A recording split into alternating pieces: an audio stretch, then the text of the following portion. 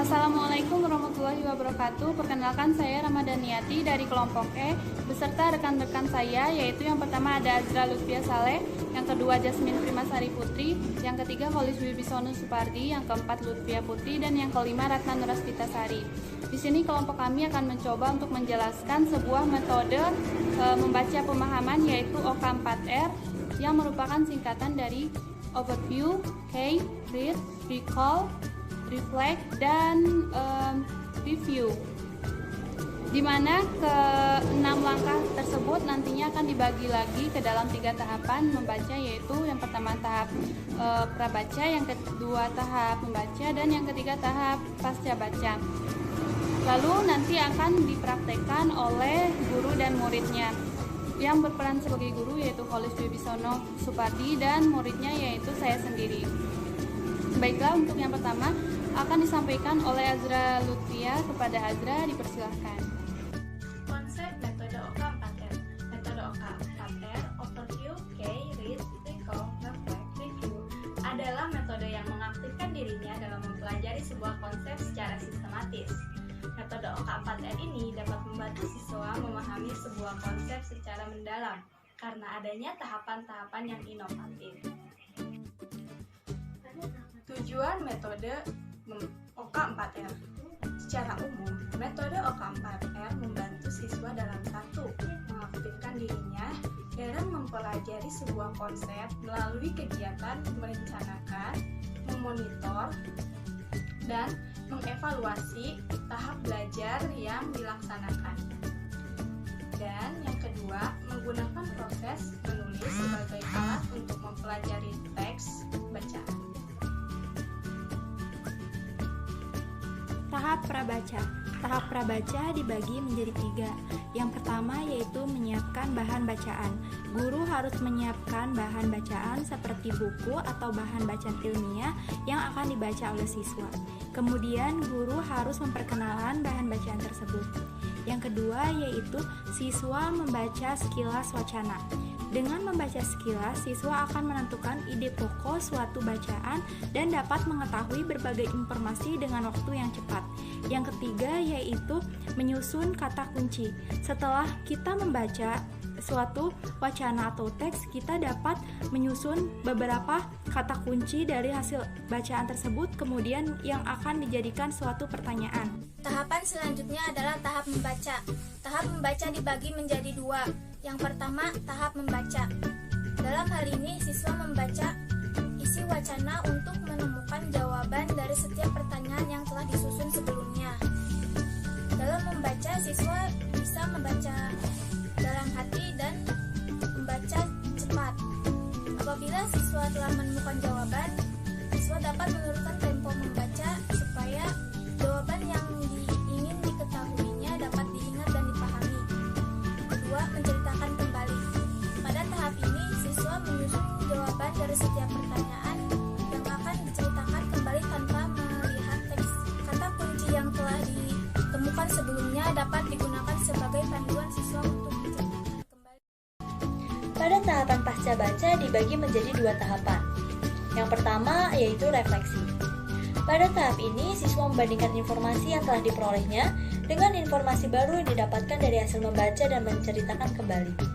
Proses berpikir kreatif sangat berperan dalam tahapan ini, yakni siswa harus mampu mengembangkan pengetahuan baru di atas pengetahuan lama yang telah dimilikinya. Yang kedua yaitu meninjau ulang.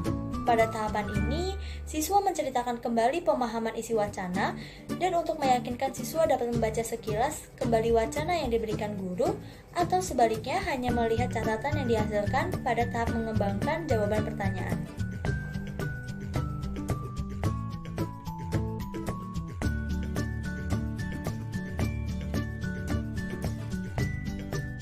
Assalamualaikum warahmatullahi wabarakatuh.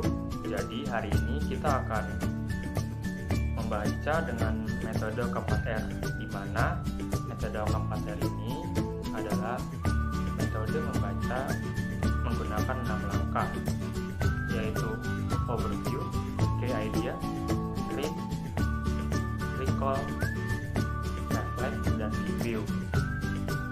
Kita mulai dengan langkah yang pertama, yaitu Overview. Pada langkah ini, kita akan melihat identitas buku yang akan kita baca. Judul bukunya yaitu Menyimak sebagai suatu keterampilan berbahasa oleh Profesor Dr. Henry Guntur Tarigan.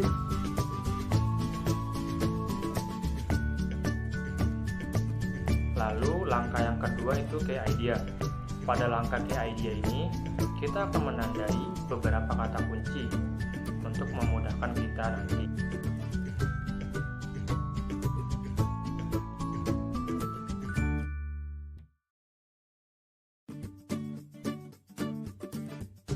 Langkah selanjutnya adalah read. Pada langkah ini, kita akan membaca materi-materi yang berkaitan dengan kata kunci yang sudah kita tandai tadi.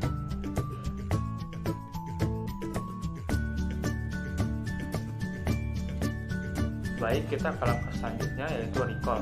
Pada langkah ini, kamu menceritakan kembali materi yang kamu pahami tadi.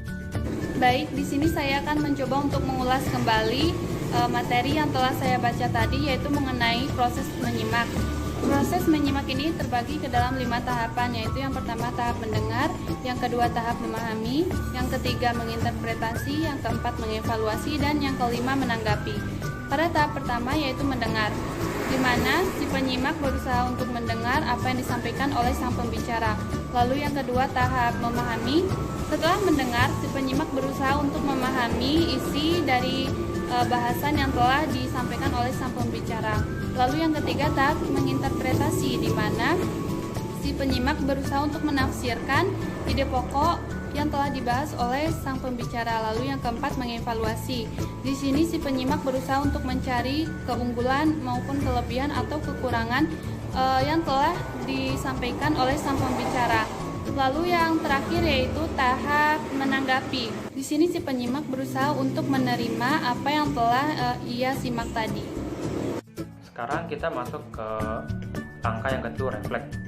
Pada langkah ini, kamu akan menghubungkan pengalaman sebelum membaca kamu dengan pengalaman sesudah membaca.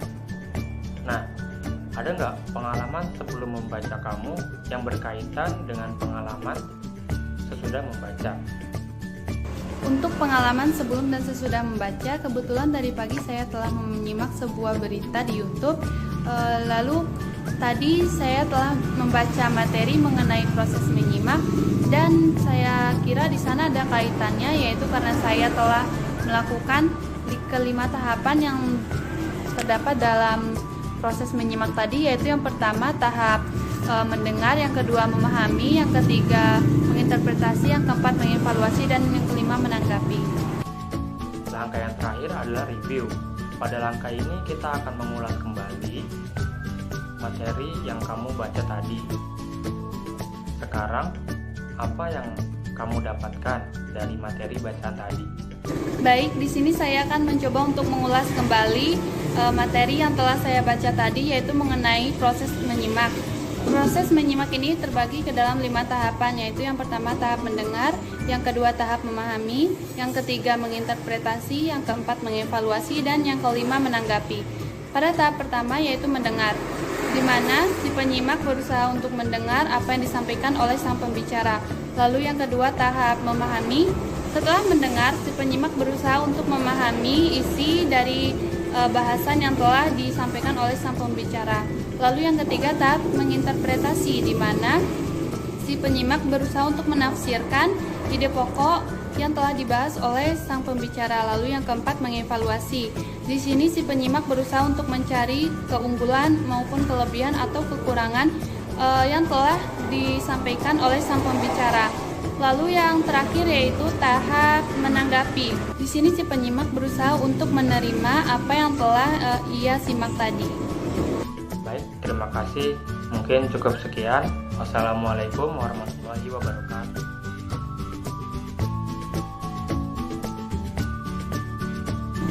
Baik, itulah pembahasan dari kelompok kami. Kesimpulannya, metode OK4R adalah metode yang memiliki 6 langkah. Yang pertama yaitu overview atau membaca sekilas, yang kedua yaitu key atau menemukan kata kunci, yang ketiga yaitu read atau membaca, yang keempat recall atau menceritakan kembali, yang kelima reflect atau membandingkan informasi yang diperoleh dengan informasi sebelumnya, dan yang terakhir yaitu review atau meninjau ulang.